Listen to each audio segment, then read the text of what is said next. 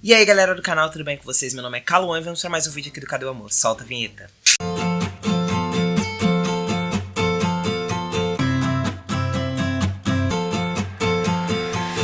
Eu finalmente vou falar sobre a minha mastectomia masculinizadora, que é o nome oficial, né? Ou o nome para facilitar para vocês entenderem que tipo de mastectomia foi a minha. Eu vou mostrar logo, vou ficar enrolando falando.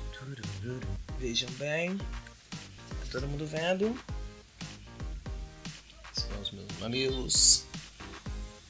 Olha que linda que ficou. A minha técnica foi a do sorriso. Eu fiz a minha cirurgia pelo SUS, tá? Eu fiz na cidade de Juiz de Fora, Minas Gerais. A médica que fez a minha cirurgia, os contatos dela vão estar na descrição. Ela atende tanto no particular quanto no público. No particular, eu sei que ela aceita alguns planos de saúde. Eu não sei listar pra vocês quais são, então vocês entram em contato direto com ela, tá, gente? Vou deixar aqui o nome dela, doutora Gisele, vai estar aqui na descrição. E os contatos dela, quem tiver interesse, tá? Ironicamente, eu consegui fazer essa cirurgia pelo SUS. Eu já tinha dado entrada nos papéis para o plano de saúde liberar essa cirurgia, né? Porque alguns planos de saúde ainda entendem essa cirurgia como estética, né? Então você vai ver histórico de pessoas trans entrando na justiça contra plano de saúde que entende a cirurgia como estética, mas não é. O meu plano não é um desses cenários, tanto que outros colegas meus fizeram essa cirurgia pelo plano antes de mim e tinha conseguido a liberação. É só procedimento mesmo, entregar os papéis, os exames, os laudos, tudo direitinho para que seja liberado a cirurgia pelo plano, tá? Mas enquanto os meus papéis estavam com o plano para aprovar, eu recebi uma ligação e fui até o hospital universitário da cidade e era uma consulta para agendar a minha cirurgia. Eu fiz a cirurgia no dia 14 de fevereiro de 2020, então foi uma das últimas cirurgias que conseguiram fazer aqui na cidade, porque logo depois começou a pandemia. Então tem 5 meses e alguns dias que eu fiz essa cirurgia, foi 14 de fevereiro. Foi uma cirurgia, não sei se é rápido porque eu tava anestesiado, então não sei de nada que aconteceu, mas assim, processo, né? Eu me internei no dia 13, fiz a cirurgia dia 14 pela manhã, dia 15 eu tava voltando pra casa. Então foi bem rápido, assim, em relação ao período que eu fiquei no hospital. Eles marcaram a consulta para agendar, eles explicam o que você precisa levar.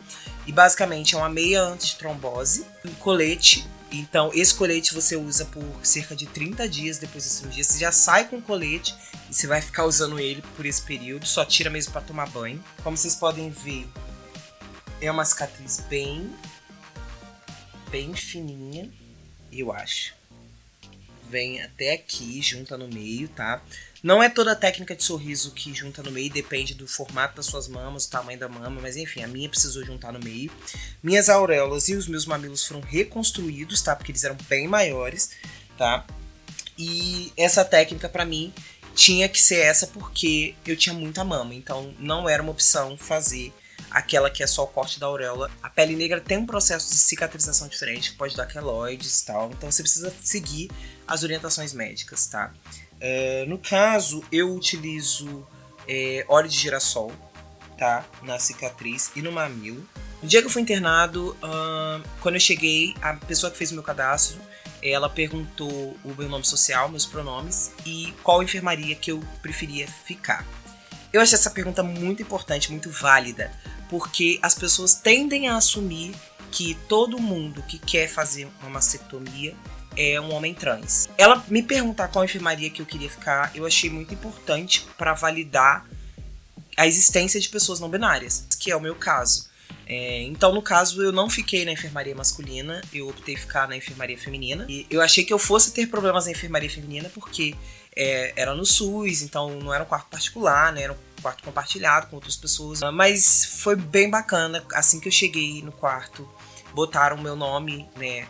Botaram o Caluan atrás da cama. As mulheres que estavam no quarto, todas foram super solícitas.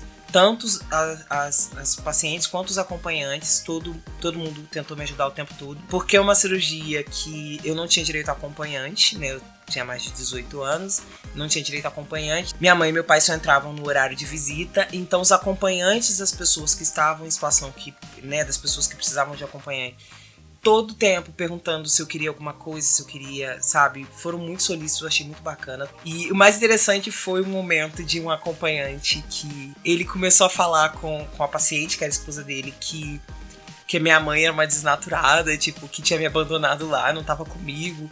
Aí eu falei, não, mas não, ela vem no horário de visita. E, tipo, mas por que ela vem no horário de visita? Ela tinha que estar aqui com você.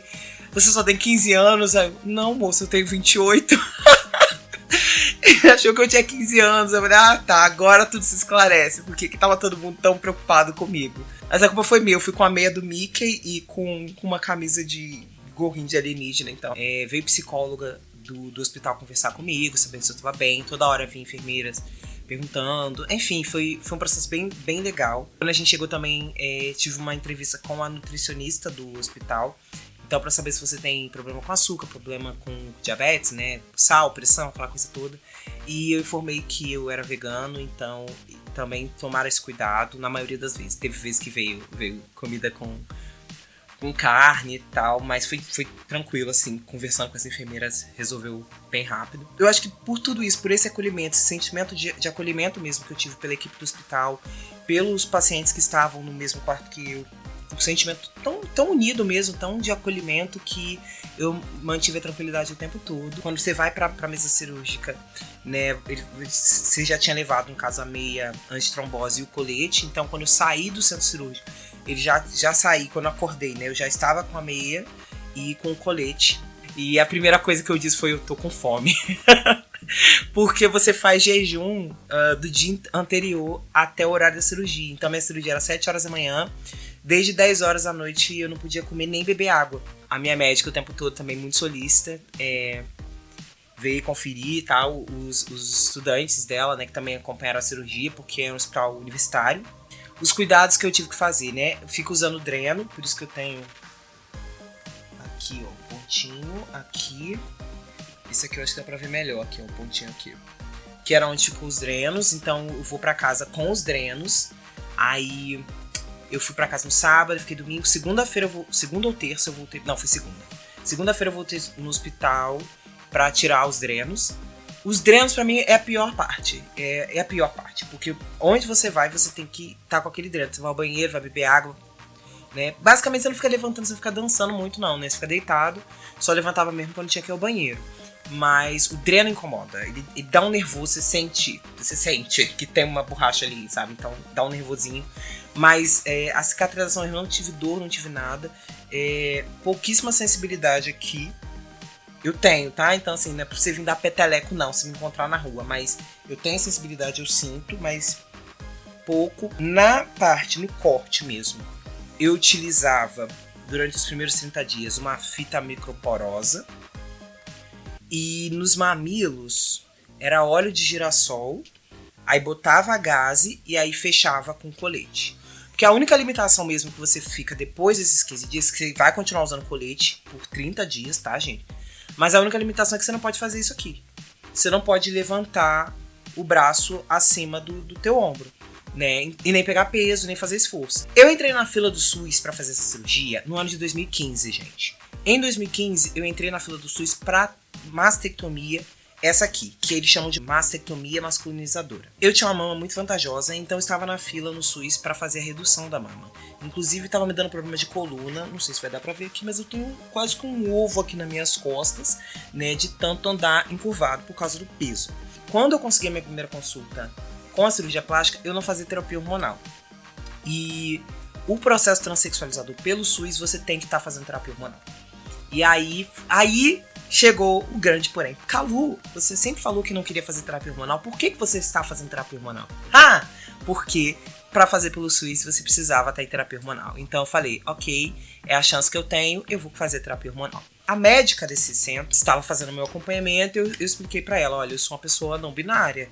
Eu não queria fazer terapia hormonal, né? Na época eu usava, de certa forma eu fazia terapia hormonal, né? No caso, não com testosterona, eu fazia um uso de um medicamento para bloquear a menstruação. E aí eu conversei com ela, olha, eu faço uso desse medicamento só para bloquear a menstruação, não queria fazer terapia hormonal. E ela falou, olha, a terapia hormonal, se você não estiver fazendo, você não vai conseguir a cirurgia pelo SUS. Eu falei, não, beleza. E aí ela falou, vamos fazer com uma dose reduzida de testosterona. Então a minha terapia hormonal é com dose reduzida de testosterona. No particular, você consegue fazer essa cirurgia sem fazer uso de testosterona, tá, gente? A única questão que eles vão te falar, que foi o que a minha médica falou aqui também, Se você não faz terapia hormonal, os resultados não vão ficar como de uma pessoa que faz terapia hormonal. Então, é só você ter ciência disso, tá? Tem canais no YouTube, não são brasileiras, tá? São gringas, que não fazem uso de terapia hormonal, que fizeram a mastectomia. Vou deixar o canal deles, vai aparecer aqui em algum lugar. E esse é o resultado de uma cirurgia de mastectomia numa pessoa não binária que usa baixa dose de testosterona num corpo negro. Tá aqui. Lindo. Já mostrei bastante meus mamilos. Esse é o vídeo de hoje, espero que você tenha gostado. Se você gostou, deixe seu like, compartilhe com seus amigos. Se inscreva no canal, curta a nossa página no Facebook. Segue a gente no Instagram. Aproveite e segue a gente lá no SoundCloud para ficar por dentro do nosso podcast. Beijo, galera!